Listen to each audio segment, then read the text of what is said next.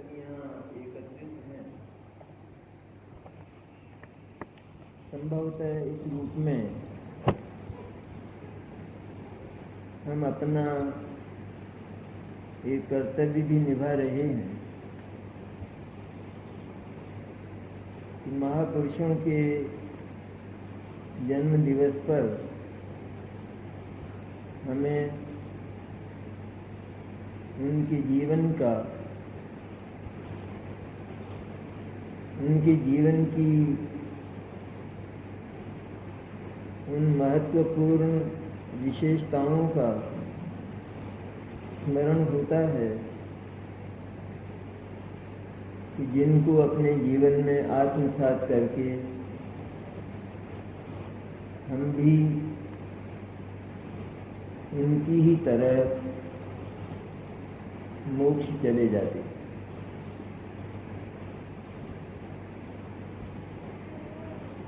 गुरुदेव इस युग में भारत की इस वसुंधरा पर पधारे।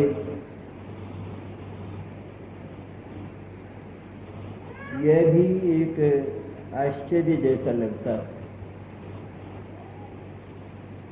लेकिन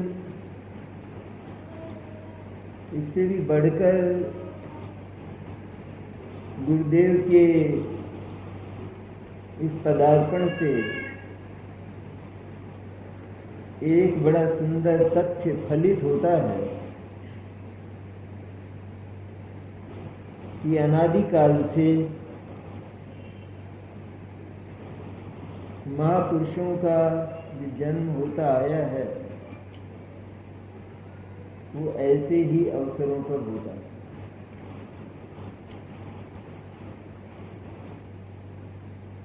हमने सुना होगा इस बात को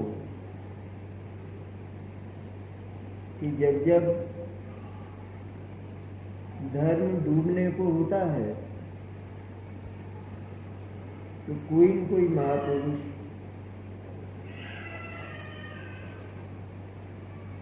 मानो आसमान से कोई संदेश लेकर उतरा हो, इस तरह आता है और वह इस वसुधा को अपना मंगल संदेश देकर कृतार्थ करता है। गुरुदेव का जो रूप है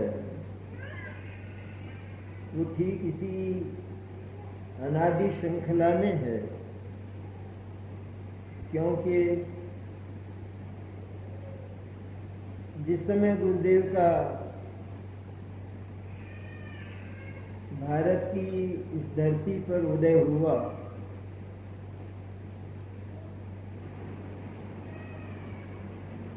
जैन दर्शन सम्मत जो मोक्ष मार्ग है,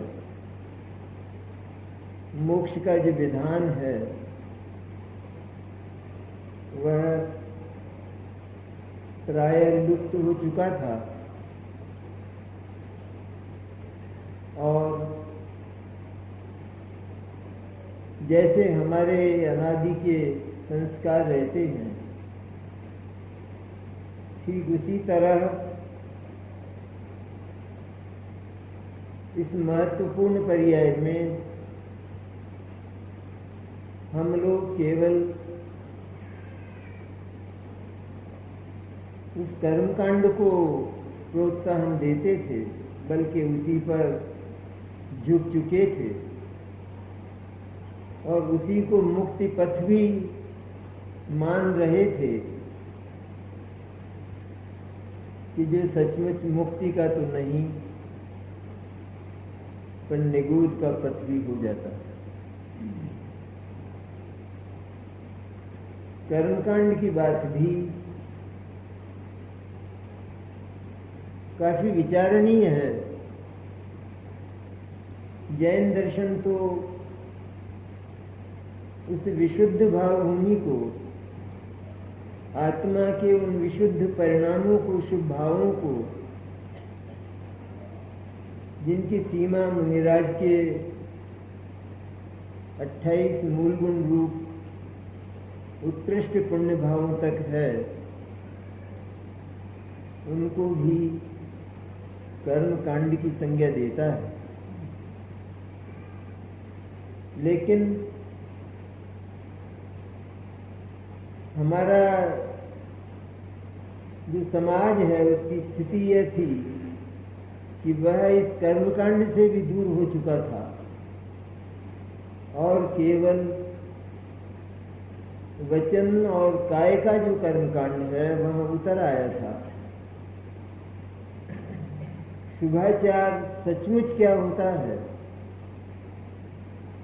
विशुद्ध भाव भूमि सचमुच क्या होती है, किस अवस्था में, यह बात भारतवर्ष से लगभग विदा हो चुकी थी और ऐसे समय में एक महापुरुष का जन्म लेना अनिवार्य भी हो गया था। गुरुदेव पधारे ऐसी परिस्थिति में कि जैसी हम यदि तुलनात्मक दृष्टि से देखें तो हमारे इस देश की एक दास्ता की परिस्थिति थी जो हमने स्वयं देखी है और उस देश की राष्ट्रीय दास्ता से मुक्त करने के लिए जैसे एक लौकिक युग पुरुष महात्मा गांधी का जन्म हुआ, ठीक ऐसी ही उक्ति इस मोक्ष मार्ग के क्षेत्र में, अध्यात्म के क्षेत्र में गुरुदेव के रूप में चरितार्थ हुई और वे भी हमें सदा से स्वेच्छापूर्वक स्वीकार की गई जो दास्ता है आत्म तत्व की, चैतन्य की, इस दास्ता से मुक्त करने के लिए शंखनाद करने गुरुदेव पधारे और उन्होंने सचमुच ऐसा ही शंखनाद किया कि जैसे भारत की जो मुक्ति है उसके लिए भी आजादी की एक बहुत बड़ी क्रांति हुई, उसी तरह यह जो वास्तविक मुक्ति है आत्म तत्व की, उसके लिए भी गुरुदेव के रूप में आजादी की एक महान क्रांति हुई इस युग में कि जो कल्पनातीत है, जिसकी कल्पना भी नहीं की जा सकती थी, लेकिन सचमुच एक पैगंबर की तरह, एक मसीहा की तरह तीर्थंकरों का जो अनादि और अंतहीन संदेश है उसको लेकर गुरुदेव पधारे। जो समाज की परिस्थिति है उससे तो हम भली भांति परिचित हैं कि पूरा कर्मकांड, और वह भी केवल इस देह के कुछ क्रियाकलापों के रूप में हमारी बुद्धि पर, हमारी प्रज्ञा पर छा गया था। और यदि गुरुदेव की परिस्थिति को हम देखें तो उनका जन्म जिस परिस्थिति में हुआ, जिस वायुमंडल में हुआ, वहां और भी विकटता थी। वे दिगंबर समुदाय में पैदा ही नहीं हुए, उनका जन्म ही इस दिगंबर समुदाय के बाहर एक दूसरे संप्रदाय में हुआ कि जहां जन्म लेने के बाद हम ये कल्पना भी नहीं कर सकते कि कोई पुरुष उस जन्मजात श्रद्धा की, उस जन्मजात धर्म की अवज्ञा करके अथवा उसकी दास्ता से इनकार करके और छूट कर आ जाएगा और एक सत्य सनातन वर्ग में शामिल हो जाएगा। ये हमारी कल्पना के बाहर की बात थी। सचमुच गुरुदेव का जो जीवन है उसमें इसी प्रकार की कल्पनातीत बातें हुई हैं। अगर हम बारीकी से विचार करें तो वे सारे तथ्य हमारी प्रज्ञा पर, हमारे ज्ञान पर तैरने लगेंगे और हमें गुरुदेव के महत्व का पता भी लगेगा। जैसा हम इस लोक में देखते हैं कि अधिकांश प्राणी,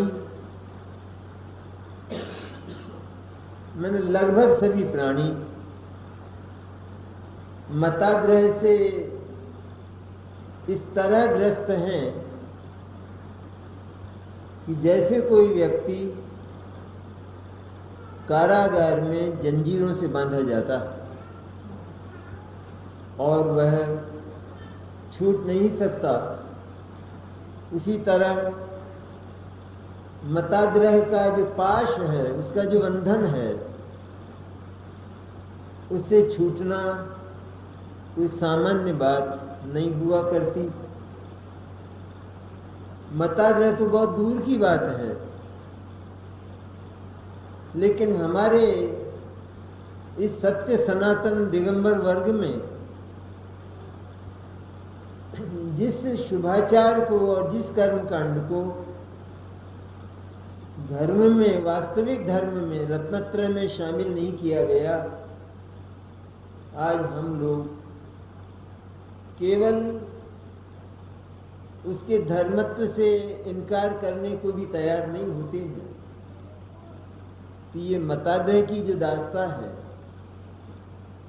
वह जगत में सबसे भयंकर होती है कि जो जीव को मुक्ति के पथ पर नहीं आने देती। लेकिन हम अपने भाग्य की ही सराहना करें कि सचमुच गुरुदेव का जो स्वच्छ और प्रांजल स्वरूप हमने इस जैन शासन में पाया, उसमें हमारा जरा भी प्रयत्न नहीं था। कभी भी किसी व्यक्ति ने गुरुदेव को जाकर ये कहा हो कि आप सही मार्ग पर नहीं हैं, ऐसी कोई घटना गुरुदेव के जीवन में नहीं घटी। लेकिन हमें तो स्वतः स्वयं जैसे किसी दरिद्री को चिंतामणि मिल जाता है, उस तरह अपने आप ही एक स्वच्छ और प्रांजल रूप में गुरुदेव उपलब्ध हो गए। ये हमारे भाग्य के लिए कोई सामान्य उपलब्धि नहीं। वे जहां पैदा हुए वहां सचमुच मोक्ष मार्ग नहीं था। यह बात हम भी किसी मताग्रह से पीड़ित होकर अथवा उसके अनुरोध से नहीं कहते, लेकिन स्वयं गुरुदेव वहां उत्पन्न तो हो गए। वह भी कोई गलती ही थी पूर्व जन्म की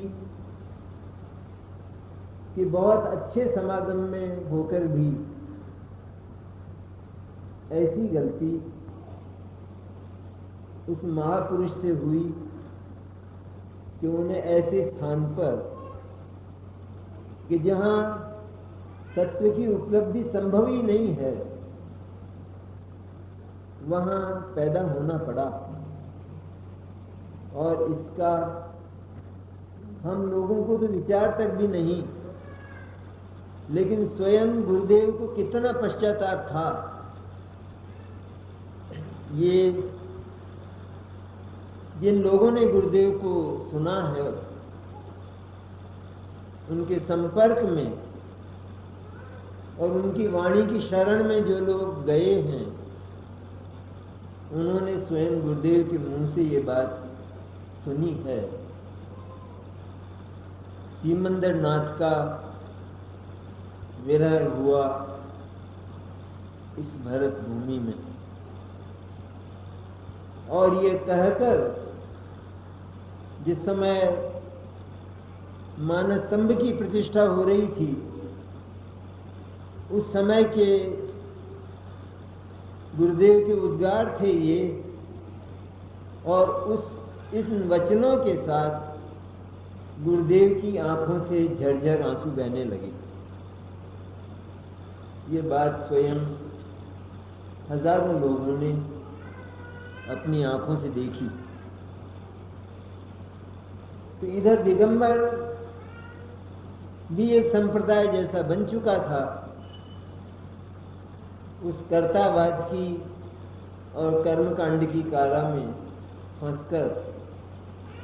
लेकिन गुरुदेव ने एक ऐसे स्थान पर जन्म लेकर हमारे समक्ष पुरुषार्थ का एक अद्भुत उदाहरण प्रस्तुत किया कि मताग्रह के पाशों को, उसके बंधनों को तोड़कर वे सत्य में शामिल हुए। जैसे देश के लिए गांधी जी ने सत्याग्रह किया, ये सत्य के प्रति गुरुदेव का सत्याग्रह था। वास्तविक मुक्ति के प्रति ये गुरुदेव का सत्याग्रह था। और जैसे गांधी जी ने पीड़ाएं झेली, इसी तरह की अंतर पीड़ाएं और बाहर की पीड़ाएं उस पथ को छोड़ देने पर कि जिसमें उन्होंने जन्म लिया था, गुरुदेव को भी झेलनी पड़ी। लेकिन महापुरुषों का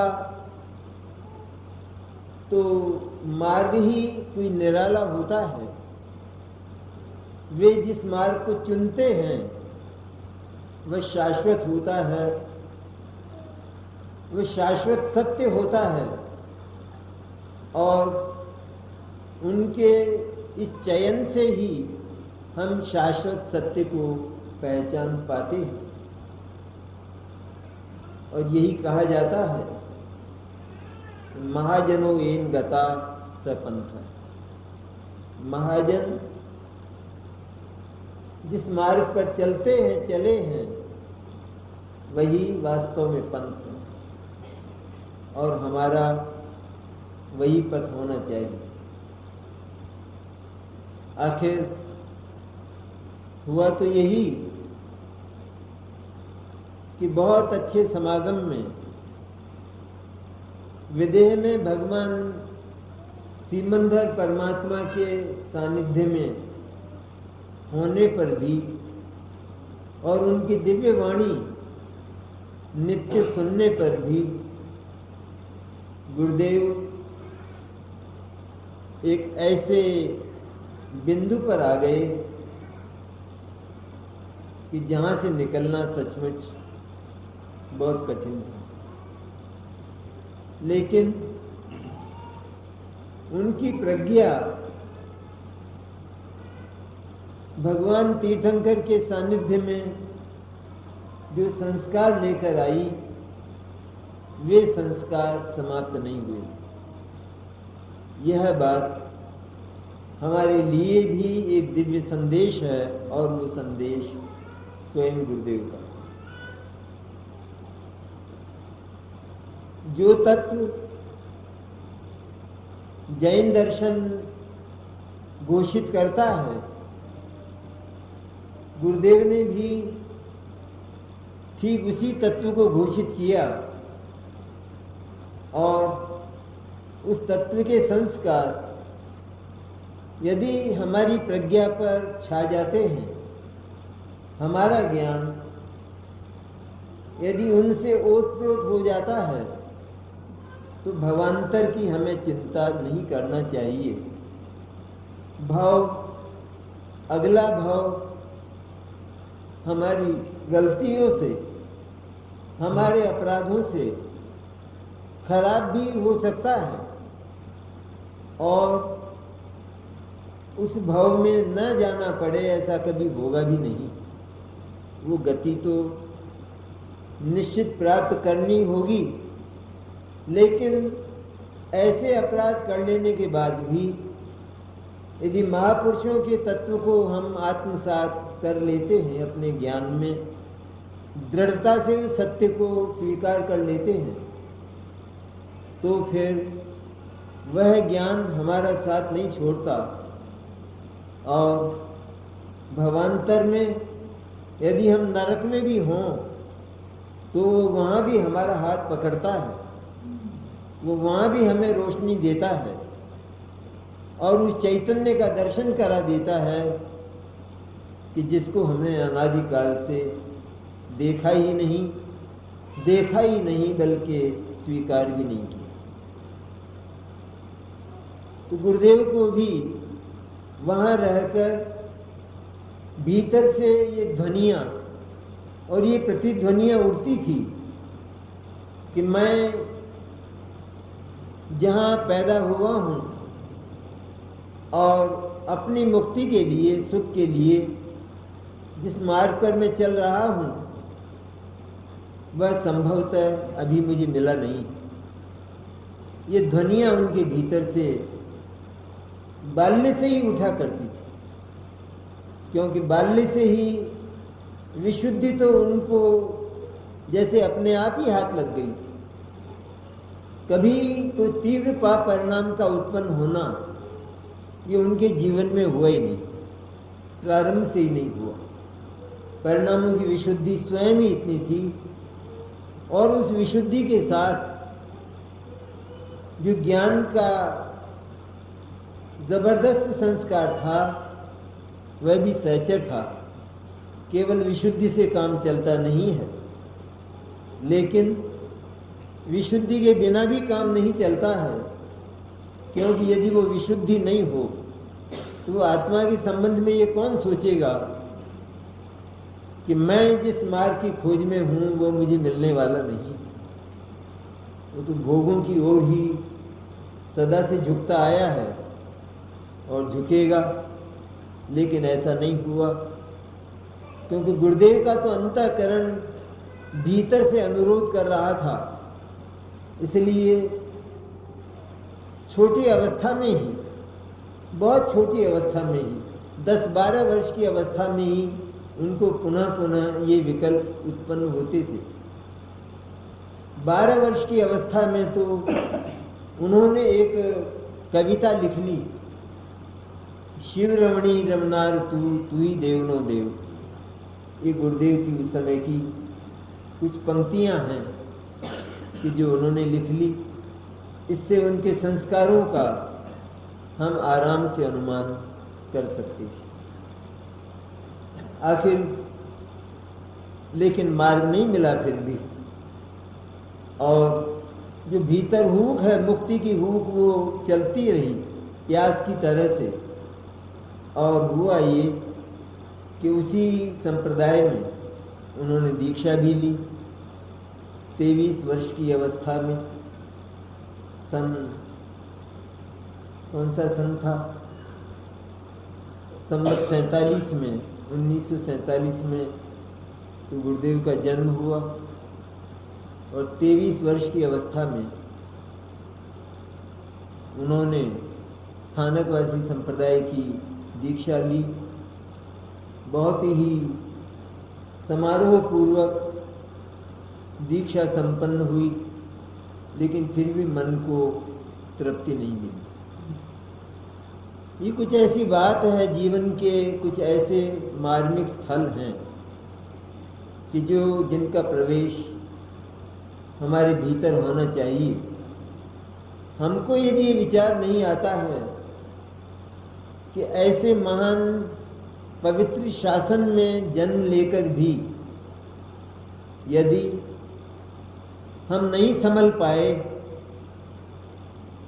और इस महान शासन का जो केंद्र बिंदु है शुद्ध चैतन्य, यदि उसकी महिमा हमको ज्ञात नहीं हुई और पुनः पुनः यदि उसका स्मरण हमको नहीं होता है, तो सचमुच ये चिंतामणि निश्चित रूप में गहरे सागर में चला जाएगा और फिर कभी मिलने वाला तो नहीं।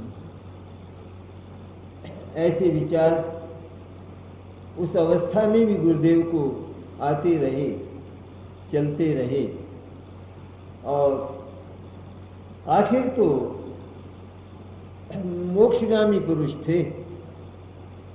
इसलिए मोक्ष मार्ग का जो क्रम बनना चाहिए वो जीवन में बनता ही गया, स्वतः बनता गया ऐसा नहीं, लेकिन उनके परिणामों के पुरुषार्थ से बनता गया, क्योंकि उनके उछलते परिणाम थे कि मुझे मुक्ति का जो सच्चा पथ है, रास्ता है, वो कब मिलेगा। स्थानकवासी संप्रदाय में भी दीक्षा लेकर गुरुदेव कठोरता से उसके आचार का पालन करते थे और लेकिन फिर भी अंतर शांति नहीं थी। अंत में ये हुआ कि संवत 1978 में मैंने दीक्षा के 8 वर्ष बाद समय साथ अनायास ही उनके हाथ आया। जिनको समयसार की महिमा ज्ञात नहीं थी, ऐसे पुरुष ने एक किताब समझकर गुरुदेव को वो किताब के रूप में दी और गुरुदेव ने तो जो ही समयसार का पृष्ठ खोला कि उनके मुंह से निकला कि भाई ये तो अशरीरी होने का शास्त्र है। ये उनके प्रज्ञा के प्रबल संस्कारों का ही फल था। समयसार क्या मिला, मानो खाना पीना ही भूल गए और समयसार का जैसे एक ताप से घबराया हुआ व्यक्ति शीतल जल में अवगाहन करता है, स्नान करता है, इस तरह समयसार के शीतल जल में गुरुदेव स्नान करने लगे और फिर तो वाणी में भी उनका रूप बदल गया। उस संप्रदाय की सभाओं में भी वे शुद्ध चैतन्य की चर्चा करते थे। कुछ ऐसी अनूठी बातें अपने आप जो देखा है, हमारा वही तो होगा। यदि भगवान ने हमारा मोक्ष नहीं देखा तो मोक्ष कैसे होगा। यदि भगवान ने हमारी दुर्गति देखी है तो वही तो होगी। ऐसे बोल वो दिगंबर और दिगंबर धर्म के बाहर जो संप्रदाय थे उनमें भी ये बात चलती थी। उस समय तक गुरुदेव के हाथ कोई ऐसा दिगंबर ग्रंथ नहीं लगा था, तो भी गुरुदेव इस बात का यूं उत्तर देते थे कि ये बात कतई गलत है कि भगवान ने जो देखा सो होगा। लेकिन जिसे इस बात का विश्वास हुआ कि भगवान ने जो देखा वही होगा, तो उसकी गति कभी बिगड़ेगी नहीं और निश्चित रूप में मोक्ष मार्ग उसके हाथ आ जाएगा।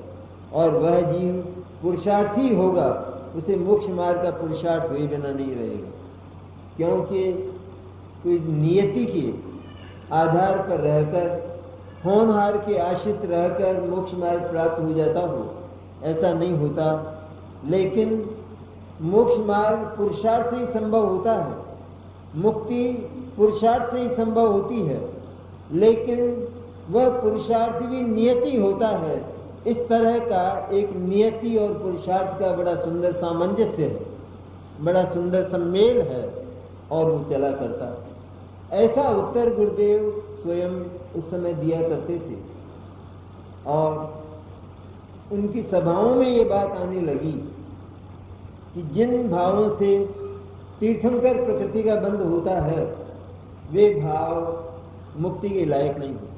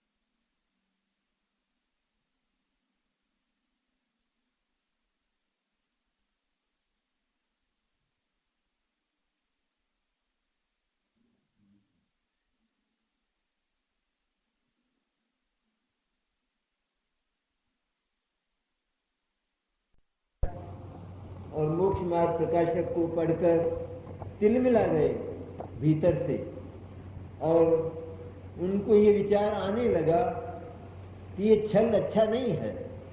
मुझे भीतर क्या चलता है कि मैं जिस पद पर हूँ, जिस अवस्था में मैं हूँ, वो अवस्था मुक्ति की बाहरी अवस्था भी नहीं है।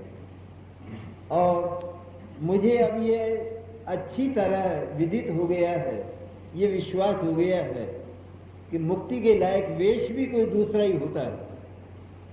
तो इस तिलमिलाहट के कारण, इस विवलता के कारण कुछ बरस बीतते तो गए, लेकिन अंत में संवत 1991 में भगवान महावीर की जयंती के दिन सोनगढ़ आकर उन्होंने अपने उस वेश को तिलांजलि दे दी।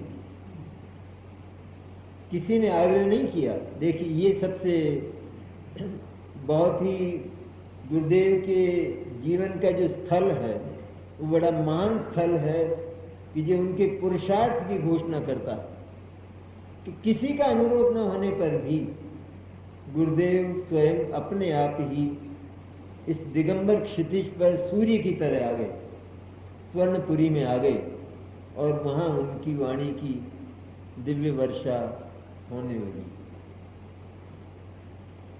आखिर संप्रदाय का मोह तो बड़ा भयंकर होता है। गुरुदेव ने तो उसे छोड़ा, लेकिन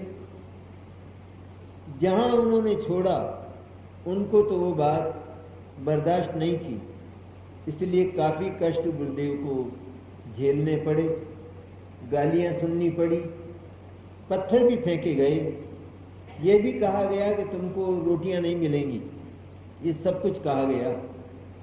लेकिन मुक्ति के पथ पर जाने वाले संग कैसे होते हैं, यह एक स्पष्ट उदाहरण गुरुदेव ने हमारे सामने प्रस्तुत किया। और उन्होंने ये कहा, उत्तर ये था गुरुदेव का, क्रोध तो जीवन में कभी उनको आया ही नहीं। तो उनका उत्तर था कि मैं रोटियों की चिंता से इस पथ पर नहीं आया हूं, मुझे तो मुक्ति की चिंता है, रोटियों की चिंता नहीं है। रोटियों की व्यवस्था भी आत्मा नहीं करता, यहाँ तक कि आत्मा व्यवस्था तो करता ही नहीं और व्यवस्था करके खाता भी नहीं, उनका उत्तर था। और आखिर विरोध भी शांत हुआ और इधर जो यशस कीर्ति थी सच्चे मोक्ष मार्ग की, उसका उदय हुआ और गुरुदेव की वाणी सोनगढ़ में चलने लगी। होता यह है सदा से ही, ये भी एक सनातन सत्य है कि जब सूर्य का उदय होता है तो उल्लू आंख बंद करता है और कई लोगों को उस्वाता भी नहीं है, बहुत से लोग गालियां भी देते हैं।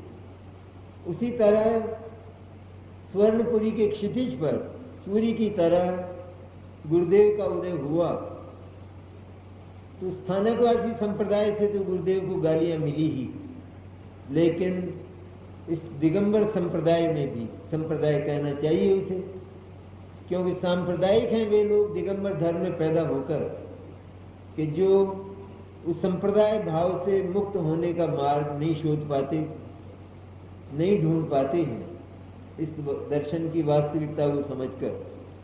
तो यहां भी विरोध प्रारंभ हुआ और ये स्वाभाविक है बात कि जब सत्य का उदय होता है तो असत्य तिल मिलाता है। और ये कोई, हम लोग इसमें बहुत आश्चर्य करते हैं कि जिन गुरुदेव ने कोई नई बात नहीं कही लेकिन सब कुछ पुरानी थी और इतनी पुरानी थी कि जिसका कोई आदि नहीं, जिसे हम शब्द ब्रह्म परमागम कहते हैं, अनादि तीर्थंकरों की वाणी जो जिसे हम कहते हैं, वही वाणी उस जिनवाणी को, शब्द ब्रह्म परमागम को पढ़कर गुरुदेव की निकली। लेकिन हमने ही स्वयं, हम जो लोग यहाँ बैठे हैं और की क्या बात करें, और तो सारा समाज है ही सही, सबने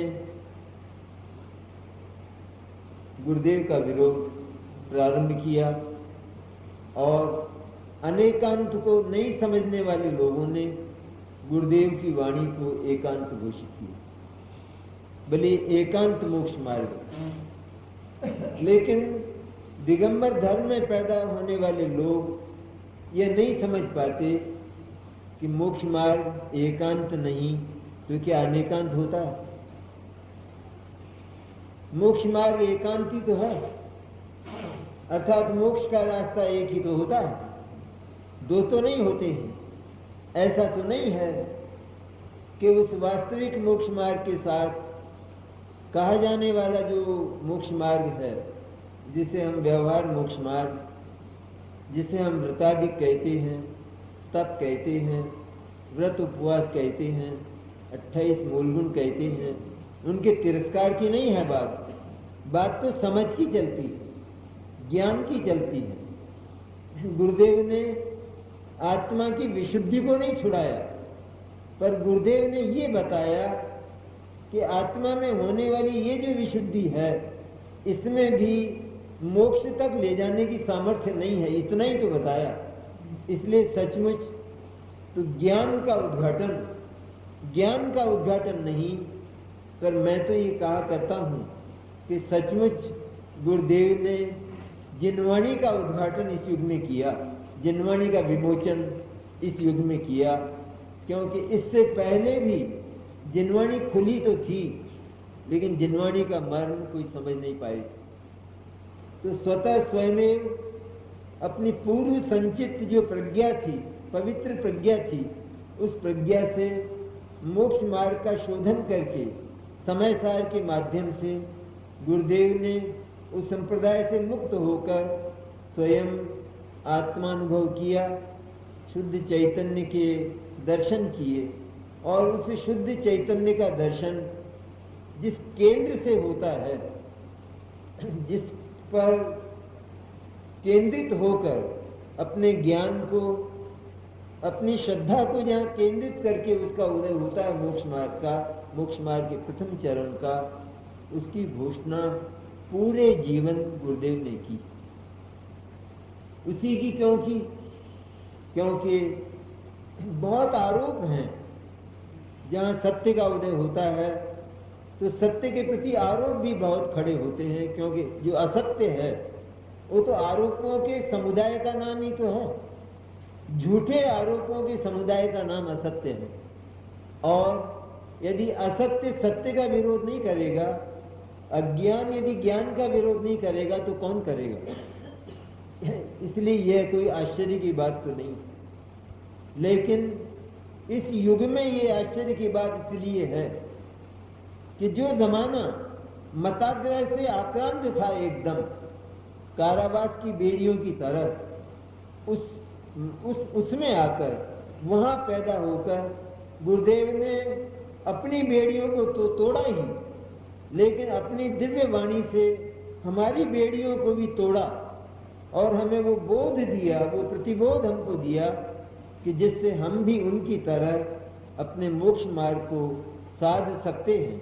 साधना चाहें, हमारा दृढ़ संकल्प हो तो निश्चित रूप में हम मोक्ष मार्ग को साध सकते हैं। इस तरह बहुत आरोप निश्चय व्यवहार संबंधी, अनेकांत संबंधी, मैंने जैन दर्शन के जितने भी आधारभूत सिद्धांत हैं उनके संबंध में गुरुदेव पर ये आरोप हैं कि ये सारा का सारा एकांत, अनेकांत भी एकांत, निश्चय व्यवहार भी वो केवल निश्चय का एकांत अर्थात निश्चय अभाव, निमित्त उपादान उसमें भी एकांत अर्थात ये निमित्त का बहिष्कार करते हैं, परिहार करते हैं, निमित्त को नहीं मानते। पर जो व्यक्ति निमित्त की वास्तविक चर्चा करता हो और निमित्त का वास्तविक स्वरूप बताता हो तो वो निमित्त के रूप में जो व्यवहार, अनेकांत का व्यवहार है, उसे स्वीकार कैसे नहीं करता होगा। इसलिए सच में देखा जाए तो निमित्त का वास्तविक रूप ही गुरुदेव ने बताया, क्योंकि निमित्त जब हमारी आत्मा के प्रति कुछ करने वाला नहीं होता तो निमित्त के आश्रित रहना, इसमें कौन सी बुद्धि है, ये कौन सी बुद्धिमानी है। मैंने जो व्यक्ति बिल्कुल निरक्षर है और हमें पढ़ा ही नहीं सकता, उसको ट्यूटर के रूप में लगाना ये कोई बुद्धिमानी है।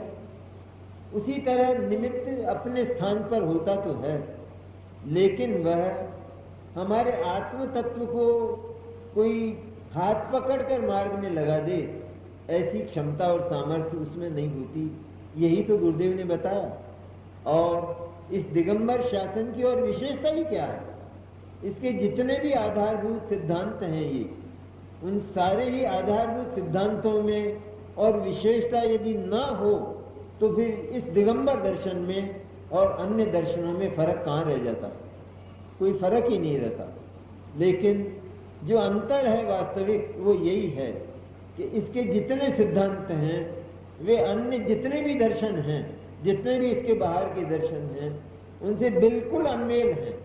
उससे इनका कोई मेल नहीं है, किसी भी बिंदु पर उनका समझौता हो नहीं सकता। और इसीलिए एक ये बहुत बड़ा सत्य, बहुत बड़ा आदर्श भी गुरुदेव ने हमारे सामने रखा कि यदि सत्य हमें मिल जाता है तो वहां पर किसी भी प्रकार के समझौते का कोई अवकाश रहता नहीं है। इसलिए सत्य में समझौते की कल्पना नहीं करना चाहिए। ऐसे ध्रुव सत्य को जब गुरुदेव ने हमारे समक्ष रखा तो हम आज अपने मुमुक्ष समाज की स्थिति पर विचार करें तो वो सारा का सारा समझौते के किनारे पर ये हमारी स्थिति बन गई। और समझौता होगा तो कैसे हो सकता है? जब सब अपने अपने मंतव्यों पर स्थिर हैं तो फिर कौन अपने मंतव्य को विसर्जन करके और दूसरे मंतव्य को स्वीकार करेगा? समझौता तो तब हो सकता है। ऐसा तो कभी नहीं हो सकता कि दोनों आधा आधा कर लें, ये संभव नहीं है ना। जैसे हम दिगंबर और श्वेतांबर जो संप्रदाय हैं उन्हीं की बात करें, निंदा की बात तो हम नहीं करते हैं। हम क्यों निंदा करेंगे? कोई श्वेतांबर हो, कोई सनातन हो, कोई वेदांती हो, कोई बौद्ध हो, कोई हो, हमारे यहाँ निंदा हमारे यहाँ आलोचना इस प्रकार का तो कोई अवकाश नहीं। लेकिन प्रश्न यह है कि हम यदि किसी दर्शन के साथ, किसी संप्रदाय के साथ यदि समझौता करना चाहें, तो जैसे हमारे मुनिराज नग्न दिगंबर होते हैं, तो वो यदि किन्हीं श्वेतांबर के साथ समझौता करना चाहें तो वे कपड़े उतारेंगे या ये कपड़े पहनेंगे, दोनों में से क्या हो। और इसके बीच का मार्ग कोई बता सके तो वो बता दे कि क्या होगा, कि कोई संभव ही नहीं। एक ही बात संभव है कि या तो जो दिगंबर हैं वे कपड़े पहन लें, या जो श्वेतांबर हैं वे कपड़े उतार लें, और तो कुछ नहीं हो सकेगा। इसलिए सत्य में कोई समझौता नहीं होता। हम तो इस परम अध्यात्म की ये लोकोत्तर चर्चा, महान लोकोत्तर चर्चा करते हैं, लेकिन गांधी जी के उदाहरण को यदि हम देखें, यदि वे समझौते पर तैयार हो जाते तो क्या भारतवर्ष आजादी पा लेता, मुक्त हो जाता। लेकिन किसी भी कीमत पर एक लौकिक नैतिक पुरुष होते हुए उन्होंने आजादी के लिए, भारत की राष्ट्रीयता के लिए अंग्रेजों से रंच मात्र भी किसी भी प्रकार का समझौता नहीं किया। और उस आजादी का जो पथ उन्होंने सोचा था, उनके चिंतन में आजादी का जो मार्ग आया था, वो एक सत्य के रूप में उभर कर आया और अंत में भारत को उसी राह से आजादी मिली। गुरुदेव ने भी यही किया कि उन्होंने इस दिगंबर शासन पर उदित होकर और सत्य का जो स्वीकार किया, उसके मूल्य पर उसका विसर्जन करके किसी के साथ वे समझौते के लिए, किसी के साथ माने असत्य के साथ समझौते के लिए वे तैयार नहीं हुए। और इसी कारण वे सारे असत्य समुदाय गुरुदेव की निंदा करते रहे। लेकिन सत्य की निंदा तो वास्तव में होती नहीं है। हम वाणी में करें, हम काया से करें, लेकिन सत्य तो शुद्ध होता है, वो तो प्रांजल होता है, वो तो मुक्त होता है, वो तो शांत होता है, वो तो आनंदमय होता है। और उसे किसी के साथ समझौते की चिंता इसलिए नहीं होती क्योंकि समझौते का कोई रास्ता ही नहीं रहता। इसलिए अनेकांत का मार्ग समझौते का मार्ग नहीं होता, पर अनेकांत का मार्ग तो सचमुच मुक्ति का जो शाश्वत और ध्रुव पथ है, उस पर एकांत रूप में चले तो सचमुच अनेकांत की वास्तविक साधना होती है। ऐसे ही शब्द जितने भी मोक्षगामी मोक्ष मार्गी पुरुष हुए उन्होंने कहे। श्रीमद राजचंद्र ने कहा कि अनेकांत का जो पथ है वो भी सम्यक एकांत है, वो शुद्धात्मा का ही पथ है। बहुत बातें हैं गुरुदेव के जीवन की, क्या क्या कितनी कितनी चर्चा हम करें। केवल जो वास्तविक ये जो धर्म है, शुद्ध धर्म, शुद्ध रत्नत्रय, केवल उसी की बात उन्होंने नहीं की। लेकिन इसी शुद्ध रत्नत्रय के साथ जो विशुद्धता पलती है, जो विशुद्धता फलती है, जो विशुद्धता इसके साथ चला करती है, वो विशुद्धता गुरुदेव के जीवन में तो थी ही, लेकिन वो बाहर भी आई। और बाहर सौराष्ट्र के उस क्षेत्र में कि जहाँ पर दिगंबरत्व का नाम निशान नहीं था, जहाँ थे ही नहीं, दिगंबर नाम का कोई शब्द ही नहीं, कोई जैसे मानो कोई परिवार ही नहीं था, वहाँ पर लाखों लोग इस दिगंबर दर्शन में अपने आप आए। गुरुदेव ने कभी भी अपने प्रवचनों में, अपनी वाणी में किसी पुरुष को यह नहीं कहा कि तुम आओ और दिगंबर बन जाओ, ये उन्होंने कभी नहीं कहा। हम पुरानी बातें सुनते हैं, बहुत सुनते हैं कि कई ज्ञानियों को भी, यहाँ तक कि मुनिराजों को भी ऐसी प्रतिज्ञाएं हुआ करती थी कि जब तक किन्हीं 5 पुरुषों को मैं सत्य पथ पर नहीं लाऊंगा तो मैं भोजन नहीं करूंगा। लेकिन गुरुदेव ने तो ऐसी प्रतिज्ञा कभी नहीं की। लेकिन उस पुरुष की उस पवित्रता के साथ उनका पुण्य देखिए कि अपने आप ही लोग सिमट कर जाने लगे। उनके उस संप्रदाय में जो लोग उनके विश्वासी थे, वे लोग भी सिमट कर उनके पीछे ही आए। सत्य को समझ कर नहीं आए, लेकिन यह बात समझ कर आए कि हमारे गुरु ने जो किया है वो बात कुछ सोचकर ही की होगी, कुछ समझकर ही की होगी। और ये जो गुरु हैं ये कोई छली नहीं है, ये गुरु कोई हमें गुमराह करने वाले नहीं हैं। इन्होंने उस समय भी हमें गुमराह नहीं किया, तो आज ही गुमराह कैसे करेंगे? इस बात को सोचकर हजारों और लाखों लोग वे उनके पीछे आए और अपने आप ही सौराष्ट्र के उस शून्य निर्जन में, उस मरुस्थल में दिगंबरत्व की हरियाली लहराने लगी। वहाँ जिन मंदिर बने और पंचकल्याण प्रतिष्ठाएं कि जिनको लोग जानते भी नहीं स्थानकवासी संप्रदाय में, तो ये बात स्वीकार भी नहीं की जाती। प्रतिमाएं स्वीकार जहाँ नहीं की जाती वहाँ प्रतिमाओं के ढेर हो गए। जिनालय जहाँ स्वीकार नहीं किए जाते वहाँ जिनालय के ढेर हो गए। और पंचकल्याण प्रतिष्ठाओं का तांता और एक तूफानी अवसर जैसा आया और गुरुदेव ने स्वयं तीर्थ यात्राएं की। ये विशुद्धता, ये व्यवहार धर्म केवल गुरुदेव ने कहा नहीं, गुरुदेव ने तो इसको कहा, लेकिन वे इसके साथ में इसका हेयत्व कहने में नहीं चूके।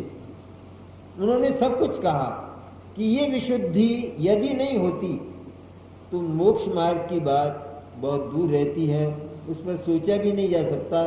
लेकिन ये विशुद्धि होती है, वहां तक भी मोक्ष मार्ग नहीं है, इस विशुद्धि से मोक्ष मिलता नहीं और यह मोक्ष में मदद भी नहीं करती।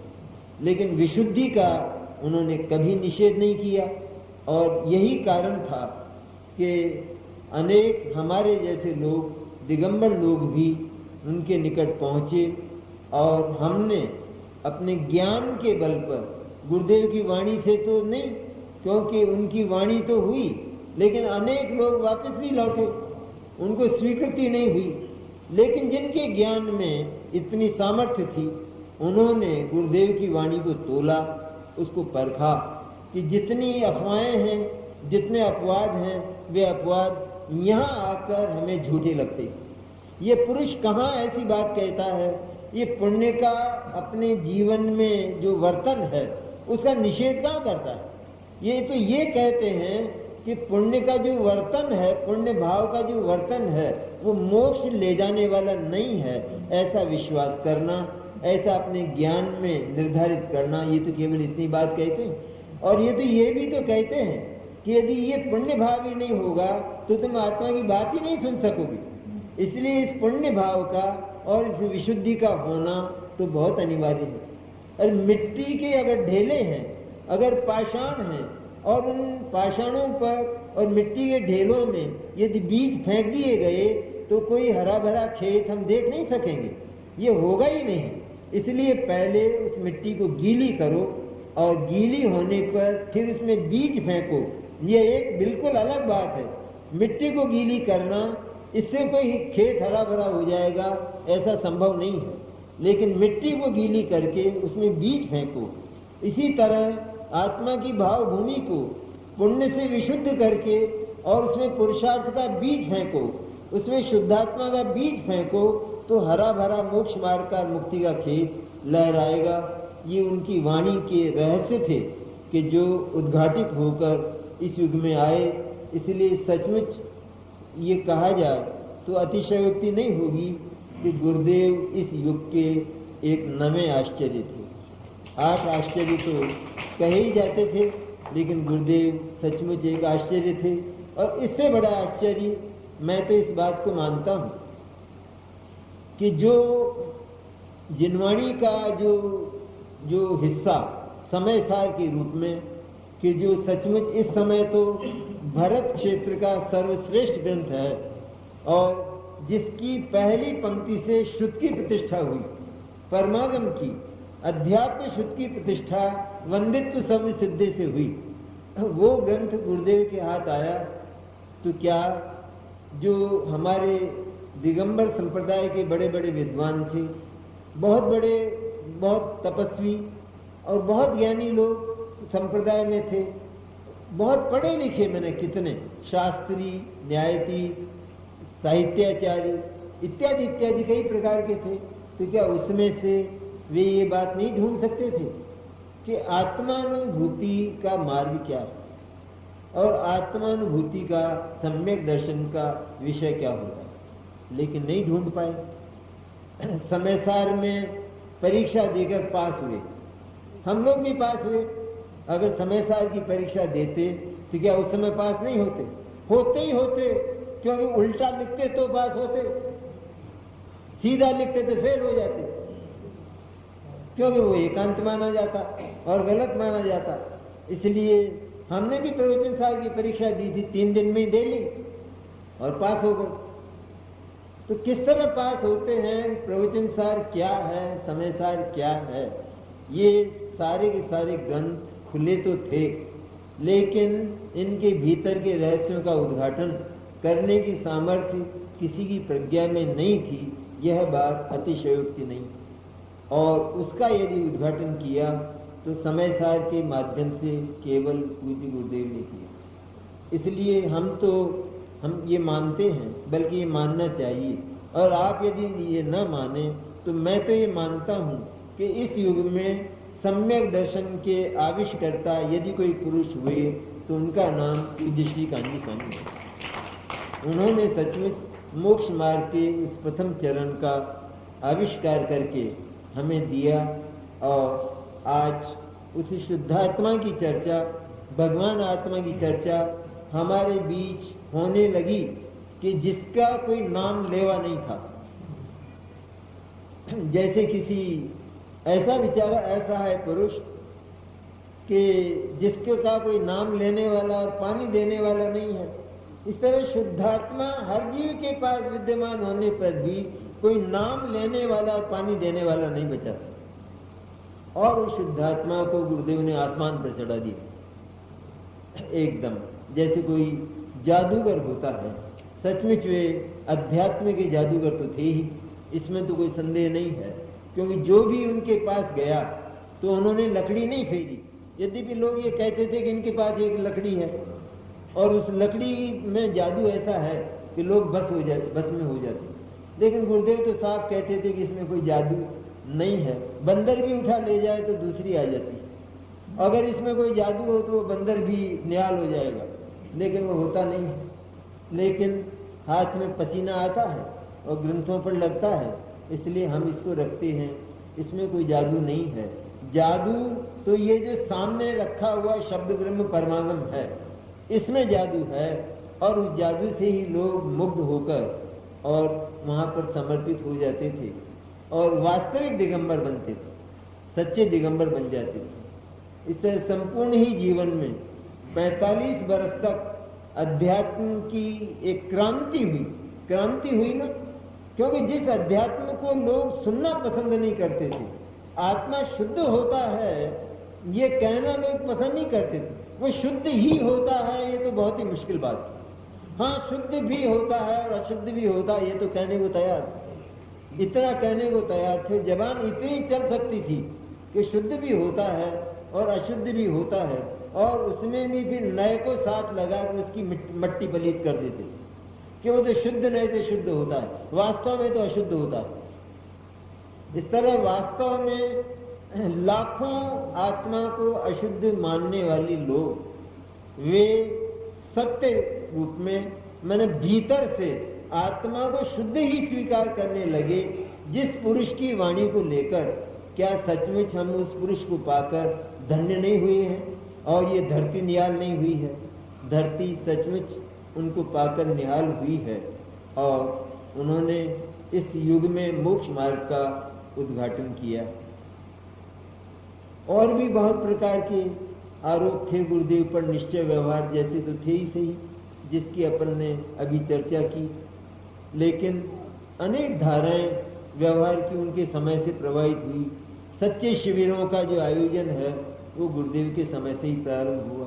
ब्रह्मचर्य की प्रतिज्ञाएं ये गुरुदेव के समय से प्रारंभ हुई। पंच कल्याण प्रतिष्ठाओं का वास्तविक रूप कि सच्ची पंच कल्याण प्रतिष्ठा क्या होती है, कि जिसमें पंच कल्याण का वास्तविक स्वरूप शुद्धात्मा को केंद्र बनाकर बताया जाता है, वो वास्तव में पंच कल्याण कहलाता है। ये भी गुरुदेव की उपस्थिति में जो पंच कल्याण हुए उनसे हम जानते हैं। इस तरह शिविरों की धारा और जितना साहित्य छपा, संभवतः 2000 वर्ष के इतिहास में ऐसा कोई युग नहीं है जब साहित्य का इतना प्रकाशन हुआ हो और समयसार जैसा महान ग्रंथ घर घर पहुंचा हो, ऐसा युग पहले नहीं हुआ। ये गुरुदेव का पुण्य और उसके साथ में हमारे भी पुण्य को हमें सराहना चाहिए कि हमें भी उस पुण्य, हमारे भी उस 45 वर्ष के युग में ऐसे पुण्य का उदय हुआ कि उस पुरुष का सानिध्य मिला और उस पुरुष की वाणी ने हमको निहाल कर दिया। लेकिन एक बात और भी हम देखते हैं कि महापुरुषों के जीवन में कठिनाइयां आती हैं, तो गुरुदेव का जो अंतिम जीवन है वो भी बड़ी कठिनाई में बीती। व्याधियों से शरीर घिर गया, जिसका जीवन भर उन्होंने ये घोष किया कि व्याधि आत्मा को होती नहीं है, आत्मा व्याधि से बहुत दूर है। ये माना तो जा सकता है कि आत्मा बीमार होता है, आत्मा को व्याधि होती है, अथवा आत्मा को बुखार चढ़ता है, ये माना तो जा सकता है, अथवा आत्मा राग द्वेष से अशुद्ध हो जाता है, ये माना तो जा सकता है, लेकिन ये होता नहीं है। इस वाणी का उद्घोष उन्होंने किया, फिर भी शरीर ने उनसे पूरा बदला लिया अंत में। और लोगों का एक आरोप और शेष था, वो भी पूरा हो गया कि जसलोक अस्पताल में उनका निधन हुआ, ये आरोप हुआ। लेकिन इस आरोप के पहले लोगों ने यह नहीं सोचा कि किसी अस्पताल में मृत्यु होना ये अपमृत्यु कैसे है, इसको अपमृत्यु कैसे कहेंगे। तो फिर जो मुनिराज समुद्र में फेंके जाते हैं, शिलाओं पर पछाड़े जाते हैं, शिलाओं पर पटके जाते हैं, तो वहां फिर उनकी जो गति है वो कौन सी होती होगी। अरे शिलाओं पर पछाड़े जाने वाले और समुद्र में फेंके जाने वाले मुनिराज वहीं केवल ज्ञान लेकर मोक्ष चले जाते हैं, तो जसलोक अस्पताल में रहने वाले स्वर्ग भी नहीं जा सकते। और क्या वहां परिणाम बिगड़ना आवश्यक है? क्या अस्पताल में जाकर परिणाम बिगड़ना आवश्यक है और मंदिर में आकर परिणाम सुधरना आवश्यक है? दोनों ही बातें तो नहीं है। और ये बात गुरुदेव ने सिद्ध करके बताई कि अस्पताल में जाना उनकी भूमिका में था। वे स्वयं अपने आप को कोई गुरु नहीं मानते थे, वे तो एक प्रकार जैसे हम शिक्षा गुरु स्वीकार करते हैं, इसी तरह से मोक्ष मार्ग दर्शाने वाले, सत्य पथ को दर्शाने वाले एक गुरु थे कि जिनको हमने उस रूप में स्वीकार किया। उनको यदि हमने प्रणाम भी किया तो मुनिराज समझकर नहीं किया। लोग भूले, लोग स्वयं भटके, लोगों ने स्वयं उनको मुनिराज के स्थान पर देखना चाहा और ऐसा माना कि जो सदा 45 वर्ष से, इतने वर्षों से शुद्ध आत्मा की चर्चा करते हैं, तो वे एक भी गुणस्थान नहीं लांघ पाए, एक भी गुणस्थान का उल्लंघन नहीं कर पाए, वे केवल चौथे गुणस्थान में बैठे रहे। और कौन कह सकता है कि चौथा भी था या नहीं। लोगों की भ्रांतियां तो इस प्रकार की थी, लेकिन सचमुच आत्मदर्शन तो निश्चित रूप में उनको हो चुका था। ये उनके निश्चय और व्यवहार दोनों से ही बराबर सिद्ध होने वाला सत्य था।